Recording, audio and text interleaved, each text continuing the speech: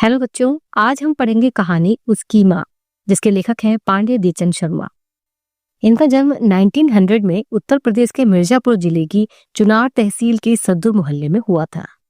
पिता का नाम बैजनाथ पांडे और माता का नाम जयकली था और 1967 में इनका निधन हो गया था। ये कहानी लेखक की स्वाधीनता संग्राम से प्रेरित कहानी है। इस कहानी में लेखक ने देश को आजाद कराने के लिए कुछ युवकों द्वारा दिए गए बलिदान का मर्मस्पर्शी चित्रण यानी दिल को छू जाने वाला चित्रण किया है और ये भी बताया है कि किस प्रकार एक बूढ़ी माँ अपने इकलौते पुत्र को देश पर न्योछावर कर देती है यानी अपने बेटे का बलिदान कर देती है। इस कहानी का जो मुख्य पात्र है वो लाल नाम का एक युवक है जो स्वतंत्रता प्रेमी है और जिसमें आक्रोश, विद्रोह और क्रोध का भाव कूट कूट कर भरा हुआ है। लाल ऐसे नवयुवकों का प्रतिनिधित्व कर रहा है जो सरकारी अत्याचार का विरोध कर क्रांति के मार्ग पर निकल पड़े हैं। लाल जैसे न जाने कितने युवा स्वतंत्रता आंदोलन में कूदकर भारत माता को आजाद कराने के भाव अपने मन में रखते हैं। ऐसे युवा अपनी परवाह न करते हुए भारत को अपनी मां मानकर उनकी सेवा में लगे रहते हैं। तो चलिए शुरू करते हैं कहानी उसकी माँ। इस कहानी में लेखक एक जमींदार है जिसके यहाँ एक दिन अचानक पुलिस आ जाती है और एक तस्वीर निकालकर लेखक को दिखाती है। लेखक उस तस्वीर वाले का नाम लाल बताता है जो कि उन्हीं के पड़ोस में रहा करता था। लाल के पिता का देहांत हुए 7-8 साल हो चुके थे। अब उसके परिवार में केवल उसकी माँ जानकी और वो ही बचे थे। लाल के पिता लेखक के यहाँ मैनेजर थे जो कि समय समय पर कुछ पैसा लेखक के पास रखवा दिया करते थे। उनके जाने के बाद उनके परिवार का पालन पोषण उन्हीं के पैसों से हो रहा था। पुलिस को लाल के बारे में पूरी जानकारी देने के बाद लेखक पुलिस से इस छानबीन का कारण पूछता है। इस पर पुलिस सरकारी मामला बताकर कुछ भी बताने से मना कर देते हैं। ये बात सुनकर लेखक बेचैन हो जाते हैं और लाल की माँ के पास चले जाते हैं। लेखक ने लाल की माँ को पुलिस के बारे में बताया कि वो लाल की पूछताछ कर रही है। लाल की माँ उसे बुलाकर पूछती है तो लेखक भी लाल को समझाने लगते हैं कि तुम्हारा ये समय पढ़ाई का है, इसलिए पहले पढ़ाई करके कुछ काम करो, उसके बाद ही सरकार की सुधार या विरोध का विचार करना। लेकिन लाल लेखक के जमींदारी रूप का विरोध कर उन्हें सच्चा राजभक्त और खुद को सच्चा राष्ट्रभक्त कहता है। यानी लाल पर लेखक की बातों का कोई असर नहीं होता। क्योंकि लेखक एक जमींदार थे तो वो ब्रिटिश सरकार का भी पक्ष ले रहे थे, लेकिन दूसरी तरफ वो लाल को भी समझाकर ब्रिटिश सरकार से विरोध न करने की सलाह दे रहे थे।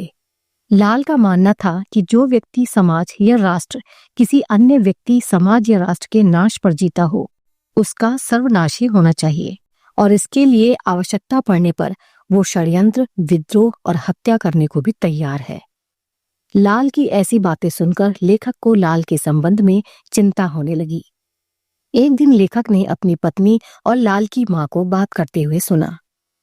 लाल की माँ लेखक को बताती है कि उसके बेटे के मित्र उसके घर हर रोज इकट्ठा होते हैं। लाल के दोस्तों में एक बंगर नाम का लड़का है जो कि बहुत तगड़ा और हंसमुख प्रवृत्ति का है। यानी उस लड़के का जो नेचर था वो बहुत ही हंसने हंसाने वाला था और वह लाल की माँ को भारत माँ के रूप में मानता था।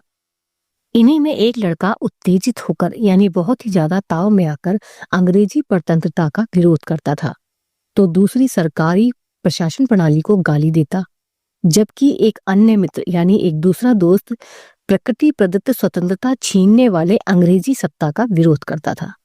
इस प्रकार सभी मिलकर सरकार के खिलाफ बातें करते और आपस में कुछ न कुछ रणनीति बनाने पर विचार करते रहते थे, यानी नई नई योजनाएं बनाया करते थे।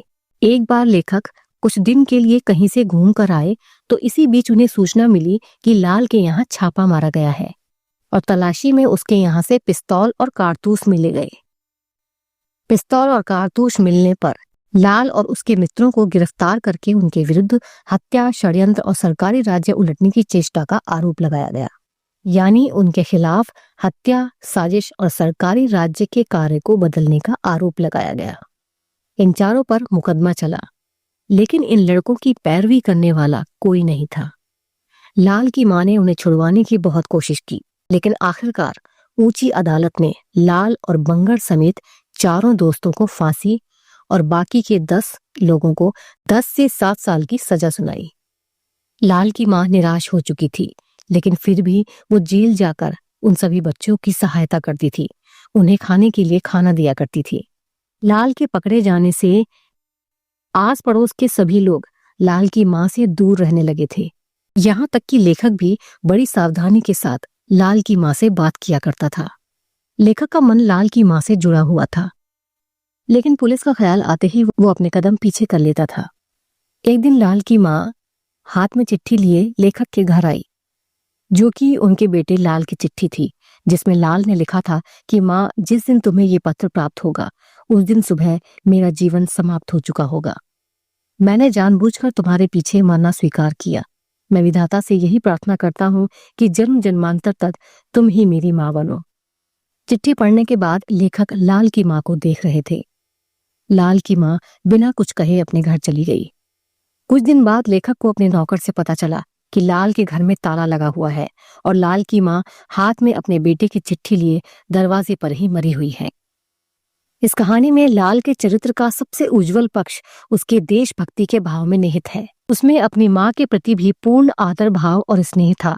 इसी कारण फांसी पर लटकने से पहले वो अपनी माँ से नहीं मिला, क्योंकि ऐसे समय में माँ से ये देखा नहीं जाता। इसीलिए उसने एक चिट्ठी लिखकर अपनी ये इच्छा रखी कि उसे जन्म जन्मांतर तक ऐसी ही माँ मिले। इस प्रकार इस कहानी के पात्र लाल में बलिदानी, देश प्रेमी, माँ भक्त एवं विद्रोही देखी जा सकती है।